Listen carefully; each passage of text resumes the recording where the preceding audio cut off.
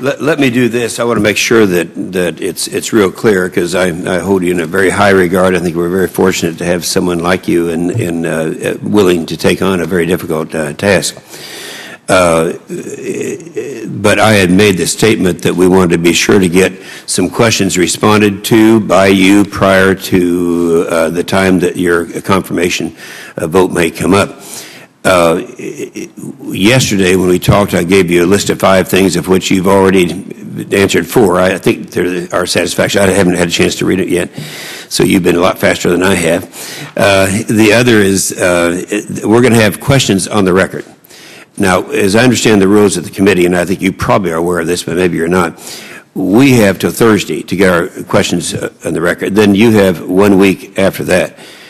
So this would mean that the questions that we've given you and those that are on the record, you will have by Thursday. Which Thursday? A week from.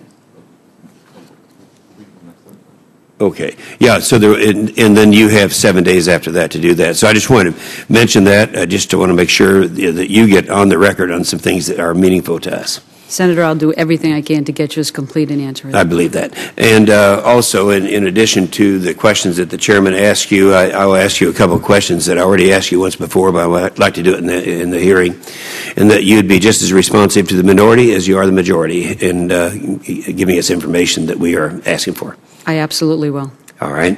And the other thing I was asking you, most of your experience has been in the Northeast. Which, of course, is where Lisa Jackson also is from. So I wanted to ask you about some of your background in dealing with things in my part of the country. I suppose I should confess that it's not unusual that we're both from the Northeast, because that's where we got to know each other. Lisa Jackson and I did work in the Regional Greenhouse Gas Initiative together, which is one of the regional initiatives that I've worked on. I also work on national issues, Senator. I know that the issues are unique in every region. I've done considerable work across the country. I also chair a national group that is looking to develop a national greenhouse gas registry. It's called the Climate Registry. So I do have considerable interest and expertise and experience in air quality issues across the country, and I will do my best, as I did in New England, to represent their interests. If I am confirmed, I'll do my best to represent the national interests to the extent that I can. All right, that's good.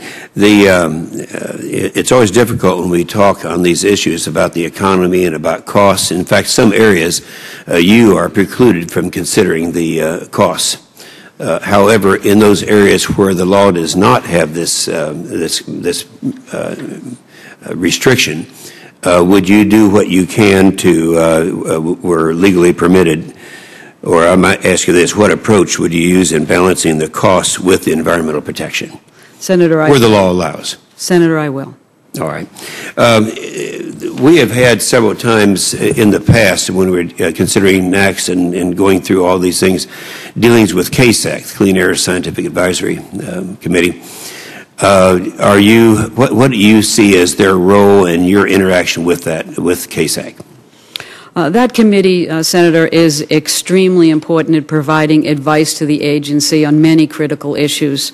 I have already, in my opening statement, made a commitment that I will let science drive the decision-making. I will listen and be advised by the Council. I will work with Administrator Jackson to do the best I can to meet her commitment that science is a fundamental principle of the agency's decisions, and I will carry that out as well. Can you think of a scenario by which you might have to disagree with CASAC?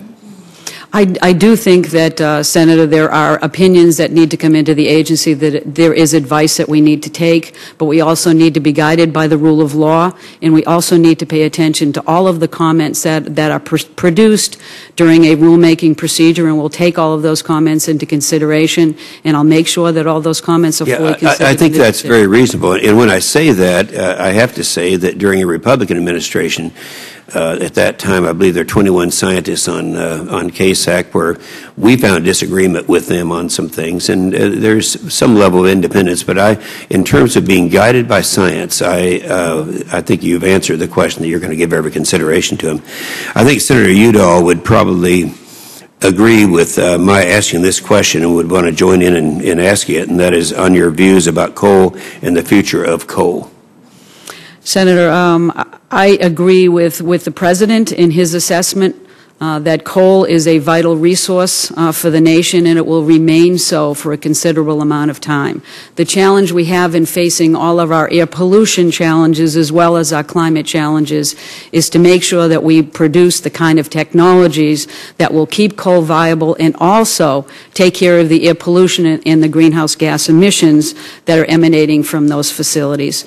We know that coal is here. We need to put our energy and our ingenuity and our resources to keeping it and making it as clean as possible. You know, I appreciate that because we still have to run this machine called America. Right now, maybe the percentage is a little high, but it's about half of the generation does come from coal, and that has to be a consideration.